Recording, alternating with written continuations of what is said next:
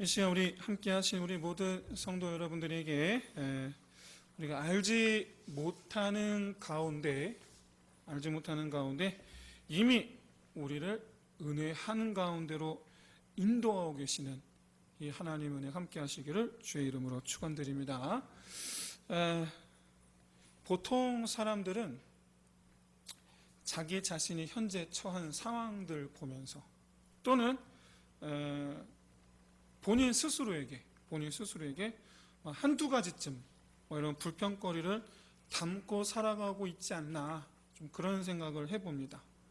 예를 들어서 나는 왜 이렇게 소심할까? 나는 왜 이렇게 사람들 사이에 인기가 없는 걸까? 나는 왜 가난한 집에서 태어났나? 나는 왜 이렇게 성격이 급박과 인내심이 없을까? 나는 왜 이럴까? 나는 왜 이럴까? 그런데 이렇게 성경을 보시면 성격 파탄자까지는 아니라 할지라도 정상적이지 않은 사고를 갖고 있는 사람들이 종종 등장합니다. 정상적이지 않은. 특히 이 사람은 태어날 때부터 이 선천적인 콤플렉스를 갖고 태어난 것처럼 굉장히 집착 어린 삶을 살아갑니다. 바로 야곱입니다. 야곱이 보여주는 그런 모습은 정말 나는 왜 이런 이 생각으로 정말 똘똘 뭉친 사람 같아 보입니다. 나는 왜 둘째로 태어났을까?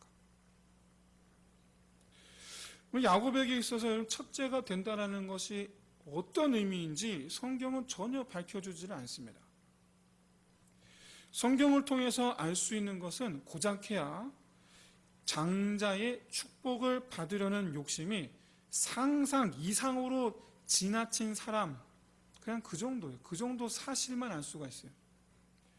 게다가 장자의 축복을 왜 그렇게 받고 싶어 하는가, 그 동기도 알려주지를 않아요. 성경을 통해서는 알 수가 없어요. 만약에 그가 장성하는 그런 과정 가운데에서 장자의 축복이 무엇인가, 뭔가 굉장히 크게 욕심낼 만한 것이다 라는 것을 좀 이렇게 알려주고, 그래서 그가 욕심을 가졌다 이렇게 알려주면 그래도 우리가 인간적으로나마 이해를 하겠는데 그렇지 않아요. 알려주지를 않아요. 단지 뱃속에서부터 누가 먼저 태어날까, 누가 먼저 나올까를 다투면서 태어났다라는 정도. 그리고는 곧바로 건너뛰어서 형에게서 장자권을 팥죽 하나로 샀다. 말도 안 되는 거죠. 그래놓고서는 그 다음 장면이 아버지를 속이고 축복을 받았다. 그래놓고 그 다음 장면이 쫓겨나는 겁니다. 그러니까 성경을 통해서 보여주는 야곱의 모습은 쫓겨나기까지 보여주는 게 그 장자권. 그건 뭐라고? 그거 그렇게 집착을 해요. 그래서 이런 야곱의 이런 부분들에 대해서 도대체 우리가 이성적으로 납득할 수 있을 만한 어떤 그런 설명이 성경 속에서는 되어 있질 않아요. 왜 그러지? 그래서 왜 그러지라는 부분은 그냥 넘어가겠습니다. 말씀하고 있지 않기 때문에. 아시다시피 야곱과 에서는 쌍둥이에요. 그런데 여러분, 세상 쌍둥이들 가운데에서 동생이 형 되겠다고 작심하고 계획을 세우고 이렇게 수를 쓰는 경우가 인류 역사 이래 야곱밖에 없지 않나, 그런 생각을 해봐요. 야곱밖에 없지 않나. 세상에 여러분 어떤 쌍둥이가, 그쵸? 지가 동생이 형 되겠다고 그렇게 계획을 세우고 수단 방법을 안 가리는 경우 어디 있습니까? 그러고 보면 정말 야곱은 정말 특별한 사람이에요. 야곱은 정말 그 집요함의 결정체 같아요. 최소한 성경에서 이 야곱은 첫째로 태어나지 못한 것에 대해서 한이 맺힌 사람인 것처럼 보여요. 게다가 야곱만 이상한 게 아니에요. 야곱만 이상한 게 아니고 그의 가정도 다 이상해 보여요. 여러분, 야곱의 가정은요, 사실상 겉으로만 봤을 때에는 성경에서, 성경 역사상 가장 이 소문난 그런 믿음의 가정이어야 됩니다. 아버지는 어려서부터 하나님께서 인정하신 사람이에요. 어려서부터 하나님께서 인정하신 사람. 그 어머니는 또 어떻습니까? 어려서부터 하나님 부르심을 받고 사명감을 가지고 가나안 땅에 시집온 사람이에요. 이 이삭과 리브가의 믿음은 여러분 성경의 그 어떤 인물보다 견주어 비교할 수 없는 그런 수준의 사람들이에요. 그런데 그런 두 사람이 만났으니 얼마나 그 가정이 여러분 믿음의 가정으로 하나님 보시기에 아름다울까. 그렇죠? 그렇게 예상이 되어야 되는데, 근데 이 가정 안에서 일어나는 일을 보면 정작 그 아름다움과는 정말 거리가 너무나 멀어 보여요. 너무나 멀어 보여요. 무슨 이유인지 몰라도 아버지는 장남만 편애하고 어머니는 차남을 편애합니다. 그것도 대놓고 편애합니다. 대놓고 둘이서. 아들들이 알 수밖에 없게끔 편애합니다. 여러분 아시겠지만 애 둘 이상 키우는 분들은 아마 다 아실 거예요. 애 둘 이상 키우는 부모님들은 혹시라도 첫째, 둘째, 셋째가 엄마가 나를 안 사랑하는 게 아닐까라는 생각이 들지 않도록 하기 위해서 아마 여러분 많은 조심들을 하실 거예요.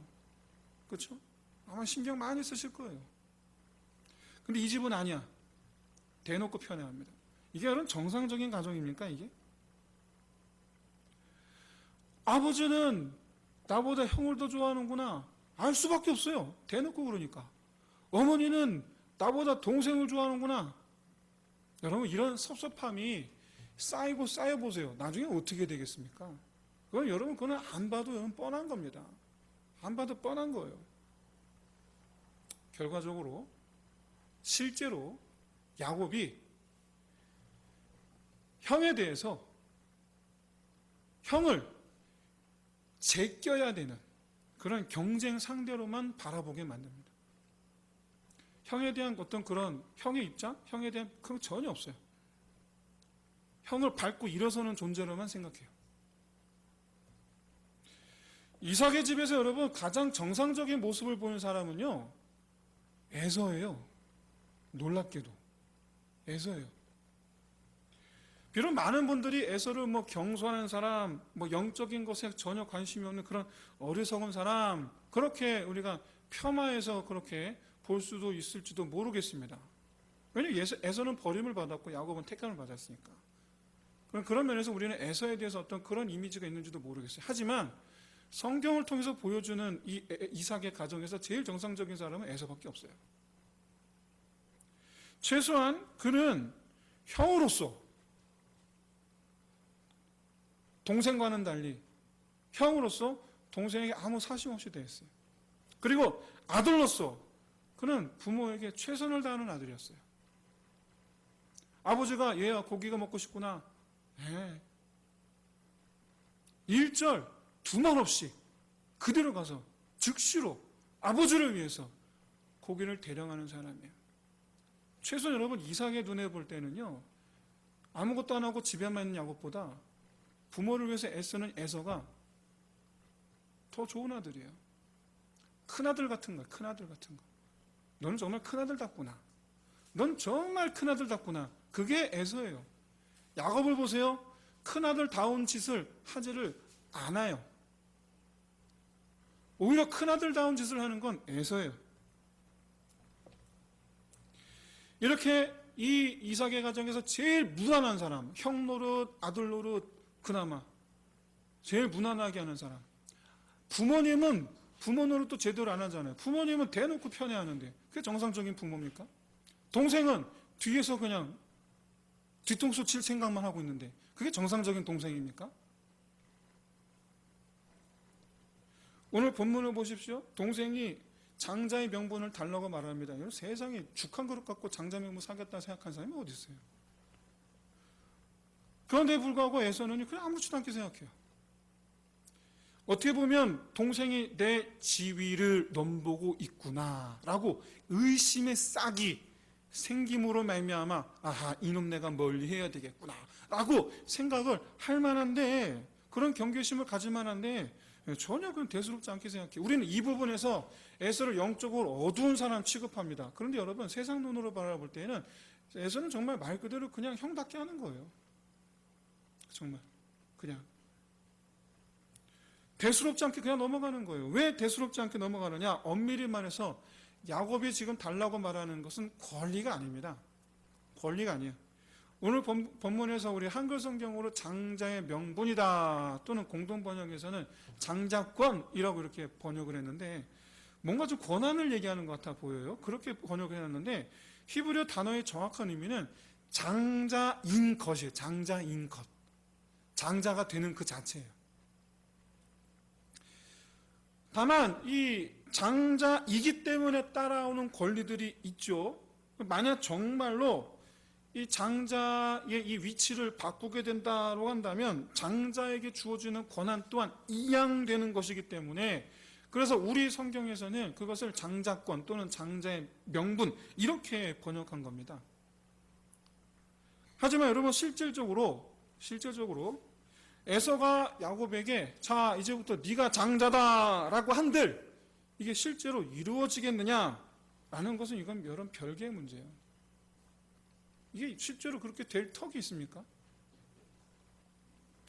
엄밀히 볼 때 에서 입장에서는 야곱의 조건 이거 여러분 굉장히 장난 같은 거예요. 왜냐하면 장자가 되었다는 말, 그 말 자체로 태어난 순서를 바꾸는 겁니다. 태어난 순서를 바꾸는 거예요. 형이 동생이 되는, 동생이 형이 되는 거예요. 이게 자체가 말이 안 되죠.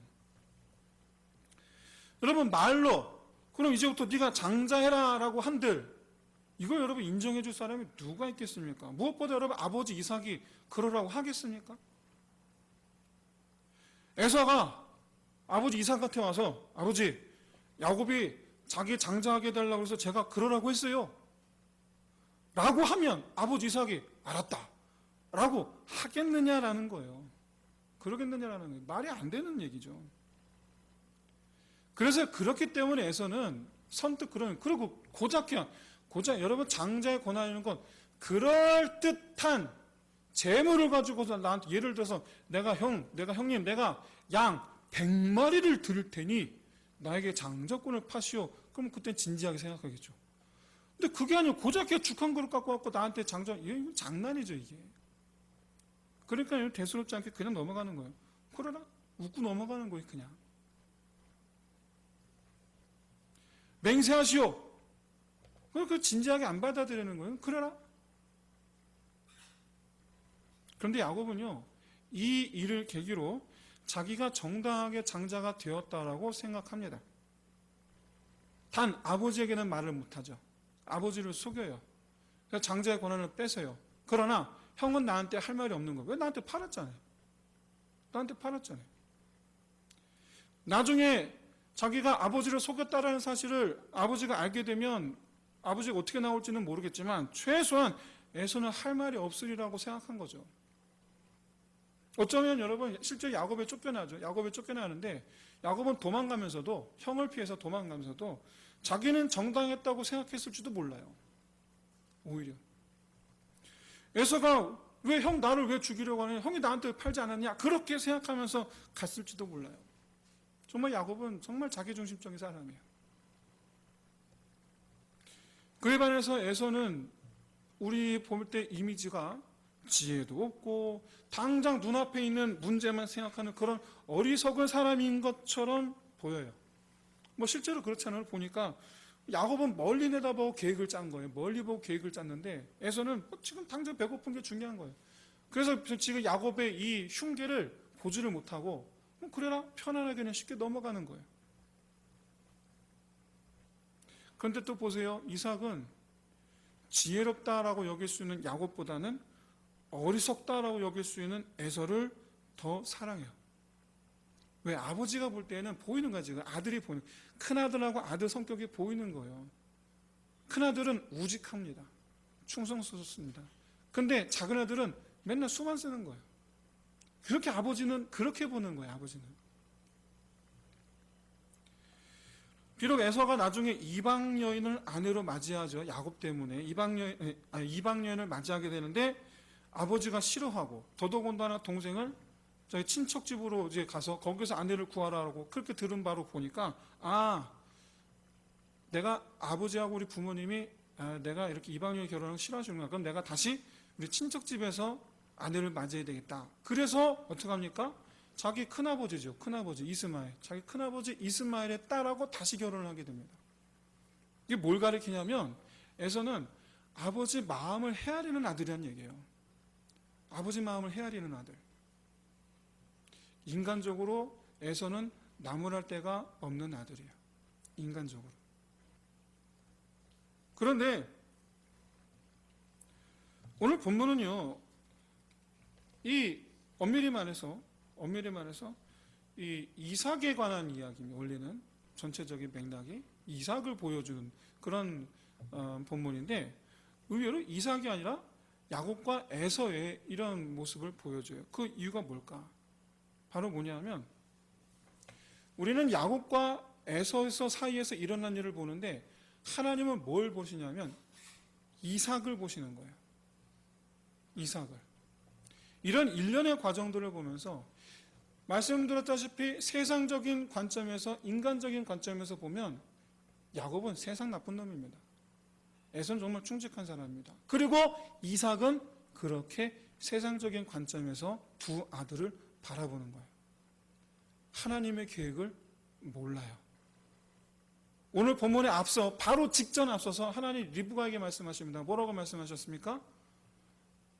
리브가가 자기 뱃속에 있는 두 아들이 서로 싸운단 말이에요. 싸울 때 이미 하나님은 이미 말씀하셨어요. 이미 작은 자가 큰 자를 섬기리라. 이게 무슨 얘기냐면 작은 자가 장자가 되리라는 얘기예요. 이미 말씀하셨어요. 이 예언을 누가 받았습니까? 리브가가 받았어요. 제가 볼 때 성경에서 언급하고 있지 않지만 리브가가 이 하나님의 이 예언을 이삭과 공유를 했을까요? 안 했을까요? 했겠죠. 당연히 했겠죠. 그런데도 불구하고 이삭은 하나님의 뜻을 알지를 못해요. 뜻을 알지를 못해요.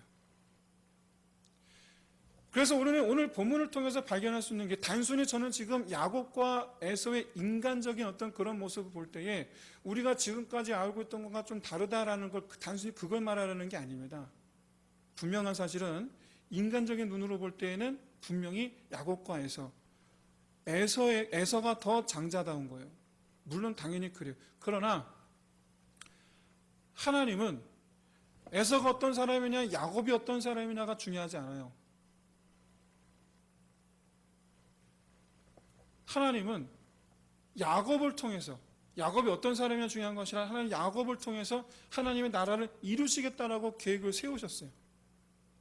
내가 그로 말미암아 이스라엘이 되게 할게. 내가 그에게 이스라엘의 이름을 주겠고 내가 그 이스라엘로 말미암아 내 백성을 삼겠다 하는 이미 작정하셨어요. 태중했을 때부터. 만약에 이삭과 리브가가 이 하나님의 계획을 받아서, 그래서 그 마음을 품고 야곱과 에서를 바라보았다면, 어려서부터 여러분 신앙생활, 우리 두 아들의 어떤 신앙교육 분명히 했겠죠. 하나님 뜻을 따라서 했겠죠. 안 한 거예요. 그렇게 하지 않았어요.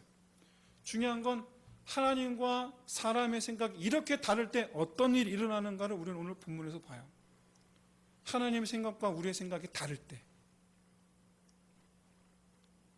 아무리 믿는 사람이라고 그래도 하나님의 생각과 다르면 이처럼 하나님의 뜻을 어기게 됩니다. 어리게 되는 어리석음을 범하게 됩니다. 이상 믿음 좋은 사람이에요.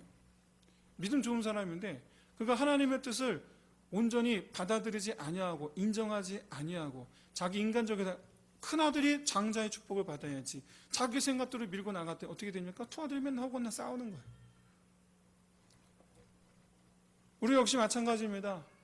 하나님의 뜻을 알지 못하니 내가 자꾸 하려는 거예요. 하나님 이미 계획해 놓으셨는데 이미 계획해 놓으셨는데.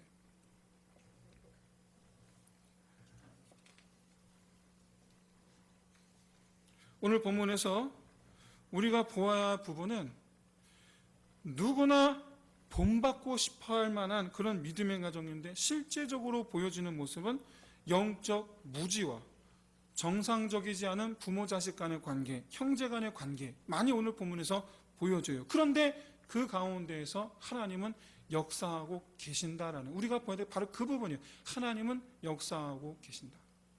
하나님은.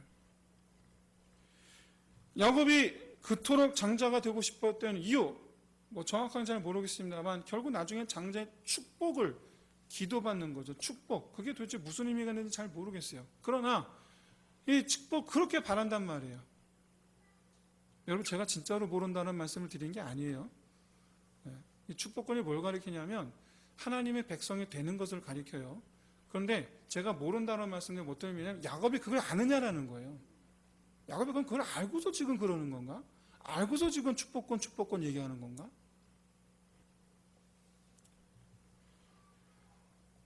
이 축복권은 하나님으로부터 사명을 받는 것을 포함하는 겁니다. 하나님으로부터 사명을 받는 것. 하나님이 내 하나님이 되고 나는 하나님의 백성이 되는 것이에요. 이게 이 축복권의 의미예요. 이게. 그래서 그걸 다른 말로 표현하면 하나님은 나를 위하여, 그리고 나는 하나님을 위하여. 장자의 축복을 받았으면 이제부터 하나님이 나를 하나님 백성 삼으신 것이다. 그러므로 나는 이제부터 하나님 백성으로 살겠다라고 다짐하는 것이 포함이 되어 있어요. 하나님과 우리 사이에 상호 관계가 이루어지는 것이에요. 이게 장자의 축복을 받는 자의 삶이어야 돼요. 그런데 여러분, 야곱이 바라는 것은 하나님이 내 하나님이 되는 것, 즉 하나님이 나를 위한 것, 내게 주시는 것, 거기까지만 지금 생각하는 거예요. 거기까지만. 내가 하나님을 위해서는 생각 안 하는 거예요.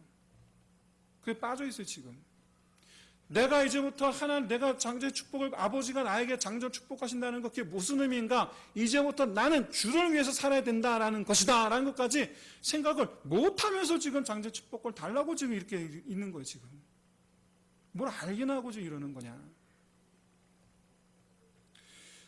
그러나 어찌됐든 야곱은 이 사실을 이제 나중에 깨닫게 됩니다. 지금은 몰라요.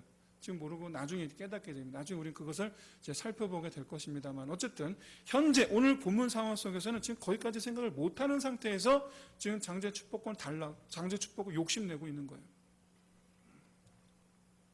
그러나 어찌됐든지 간에 어떤 영적인 부분들을 욕심냈다라는 점에서 분명 여러분 에서와 차이가 있습니다. 분명하게. 에서는 전혀 그런 거 없거든요. 에서는 영적 이런 거 전혀 관심이 없어요. 그래서 에서는 세상 눈으로 볼 때는 참으로 큰아들다운 사람이지만 영적인 눈으로 보았을 때는 참으로 미련한 사람이에요. 참으로 미련한 사람. 어쨌든 한 가지 분명한 것은 이런 이삭과 리브가의 편애, 그리고 야곱의 탐욕, 이런 이들이 전혀 깨닫지 못하는 가운데, 그 가운데서 하나님은 하나님의 뜻을 그야말로 무난하게 막힘없이 계속해서 이루어 가신다라는 점이에요. 나는 왜 이럴까? 나는 왜 장자로 되지 않았을까? 라고 속구리고 있는데 정작 하나님은 그렇게 이루어 가고 계신 거예요. 그렇게. 부모는 왜 이렇게 애들이 이렇게 싸울까? 왜 이렇게 작은 아들 이렇게 속이고 그 아들 왜 이렇게 막 속구리고 있는데, 사실 하나님은 아브라함과 이삭에게 그리고 또 야곱에게 장차 허락하실 하나님 백성들 이루어 가신 이 모든 과정들을 정작 하나님은 순적하게 이루어가고 계세요. 정작 하나님은. 여러분, 이런 이 복잡한 가정 상황들이 얽히고 설켜서 어떻게 됩니까? 결국 야곱은 집을 떠나갑니다. 그리고 떠나간 그곳에서 12아들을 낳게 될 아내들을 맞이하게 됩니다. 그리고 그 가운데서 하나님의 역사하심을 체험하고 변화됩니다. 변화되고 돌아와서 형에게 무릎 꿇고 잘못했다고 빌죠. 사랑하는 성도 여러분, 야곱에 관한 기사는 제가 말씀드렸지만 야곱의 핵심 메시지는 아직 지금 변화되지 않았을 때 야곱을 보는 거예요. 지금 우리는 어떻게 하나님 이런 사람을 하나님 이렇게 하나님 사람으로 우리가 사용할 수 있지? 라고 생각하는데 아니에요. 잊지 마세요. 놀랍게도 우리도 야곱이랑 똑같습니다. 조금 더 가지려고 애를 쓰고,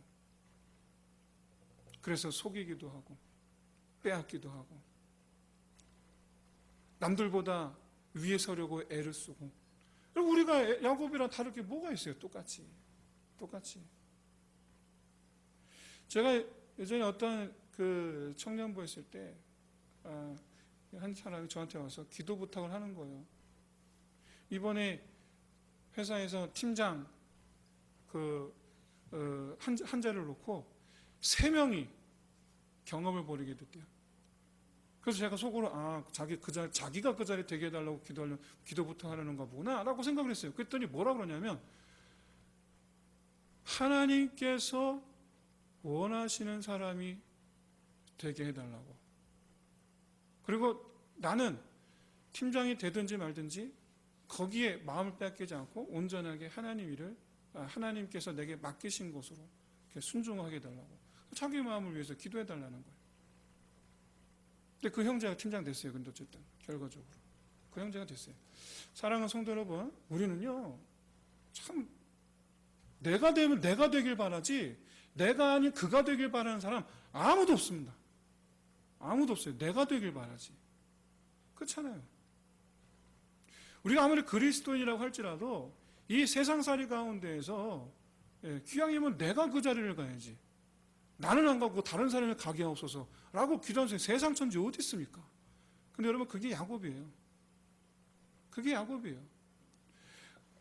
우리는 다 작은 야곱들이에요. 다. 하나님의 인도하심을 믿는 저와 여러분 되시기를 주의 이름으로 축원드립니다. 그 자리에 안 가도 돼요. 내가 욕심내지 않아도 돼요. 왜? 하나님께서 나를 인도하심을 믿는 게 더 중요해요. 그게 중요한 거예요. 내가 애쓰지 않아도 하나님 우리 가운데 이미 계획이 있으신 줄을 믿으시는 저와 여러분 되시기를 주의 이름으로 축원드립니다. 내가 그렇게 수쓰고 내가 그렇게 하지 않아도 이미 우리는 하나님의 인도하시는 손 안에 있어요. 만약에 야곱이 이걸 알았더라면 이 짓을 했겠느냐라는 거예요. 만약에 야곱이 이걸 알았더라면 했겠느냐라는 거예요. 나중에 야곱이 알아요. 나중에 알아요. 하나님께서 나를 모태에서부터 나를 인도하셨구나. 나중에 알아요. 근데 지금은 몰라요. 그러니까 지금 이 짓을 하고 있어요. 사랑하는 성도 여러분, 참으로 하나님의 계획을 오늘 본문 속에 나타나는 이삭, 리브가, 야곱, 에서 이 전부 다 냈다. 하나님의 인도하심을 지금 모르고 있어서 정상적이지 않은 그런 가정의 모습을 보여줍니다. 누가 봐도 믿음의 가정일 줄로 알았는데, 누가 봐도 아버지 어머니 믿음이 좋아요, 누가 봐도 그렇게 믿음으로 아주 유명한 그런 믿음의 그런 가정일 줄 알았는데 사실은 그 속을 들여다보니 아니야. 왜? 하나님의 인도하심을 냈다 깨닫지를 못해요. 냈다 몰라요. 만약에 온 가족이 하나님의 인도하심을 믿는 가운데 있더라면 과연 이 가정이 어떤 모습으로 보여줬겠습니까? 바라기는 우리 교회는 참 이렇게 부부가 믿음 생활을 같이 하고 있어 얼마나 아름다운지 몰라요. 그리고 하나님께서 다복하게 해줘서 그렇게 다 이렇게 둘 이상 이렇게 어쨌든 이렇게 주셨는지 몰라요. 감사한지 몰라요. 믿음의 가정, 아름다운 믿음의 가정이 되는 비밀은 무엇인가? 전부 다 하나님의 인도하심을 믿는 거예요. 온 가족이 다. 온 가족이. 하나님 인도하심을 믿으며 우리를 향한 하나님의 계획하심이 있다. 그래서 지금 현재 우리를 바라보면서 나는 왜, 우리는 왜, 우리 집은 왜 이렇게 우리가 안달복달할 것이 아니고 지금은 우리가 이러하지만 하나님의 인도하심이 있다. 그러니 지금 우리는 하나님 인도하심 아래 내어 맡길 수 있는, 다 내어 맡길 수 있는 그런 우리 믿음의 사람으로 하나님께 다 맡기자. 아내가, 남편이, 자녀들이 같은 마음으로 그렇게 할 때에 그 가정 여러분 얼마나 아름다운 가정이 되겠습니까?